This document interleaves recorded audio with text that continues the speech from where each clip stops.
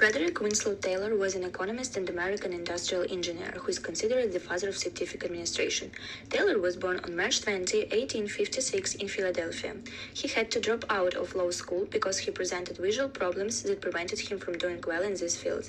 In 1875, he decided to start working in a steel factory in Philadelphia, where he learned from each of the processes.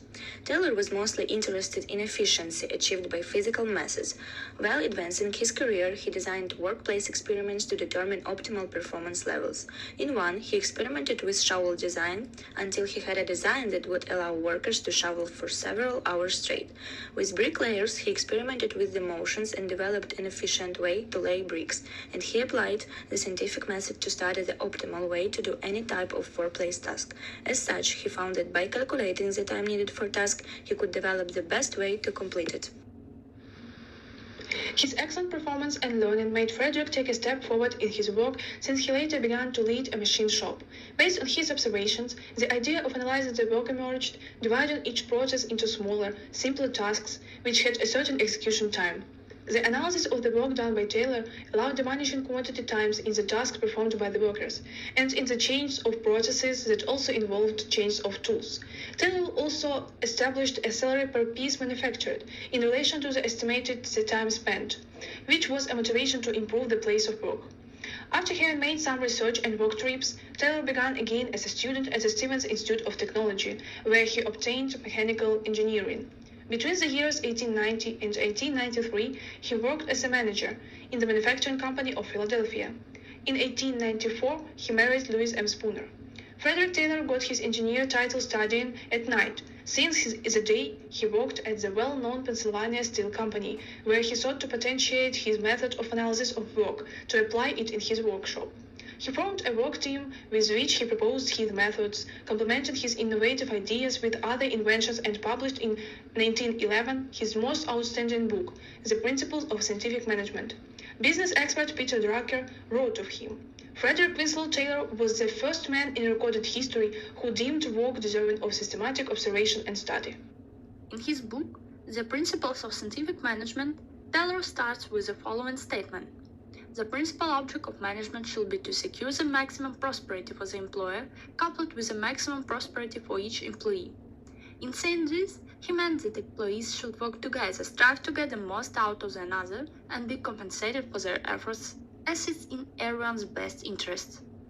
In summary, Frederick Taylor's 4 principles of scientific management are: develop a sense for each element of work, scientifically select and then train, teach, and develop the worker, cooperate with the workers so as to ensure all of them are being done in accordance with the principles of the science which has been developed, and equally divide the work as a responsibility between the management and the workers, where the management take over all work for which they are better fitted than the workers.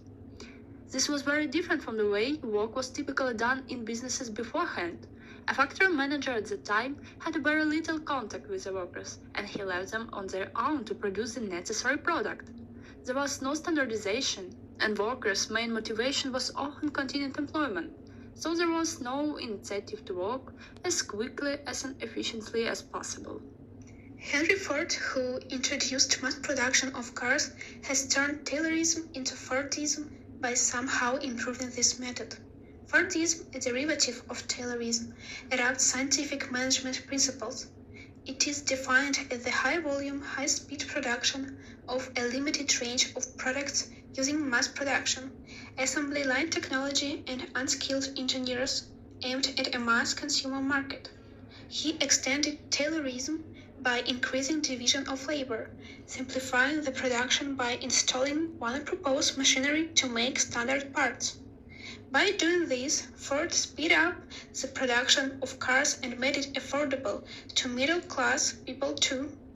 Moreover, he showed that productivity could increase wages by doubling them and improving the organization of production.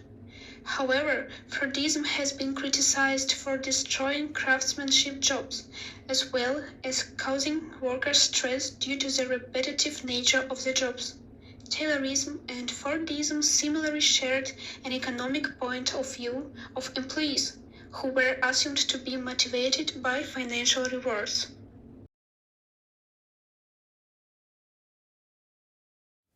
Taylorism, you might ask?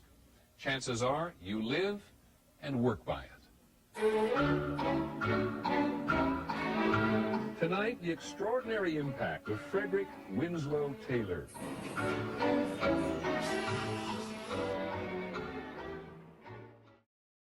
They worked and Taylor watched. And he timed everything.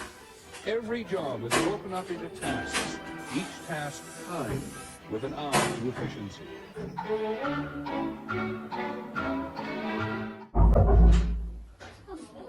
Interviewer from American News, and I'm going to ask you some questions. Of course, you're welcome.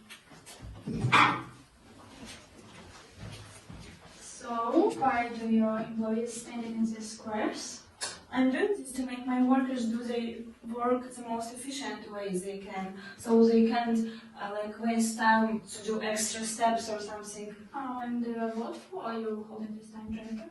Or this one, it's a part of my new experiment to track the time the workers spend on their work and investigate if it's really less than it was before the bounded squares. Interesting. And the last question, have you ever had any experiments? Of course, for example, while I was working for the steel company, I had to find a way to make my employees work faster and better. In this experiment with pig iron, I decided to investigate whether it was possible to make them move 47 tons instead of 12 tons.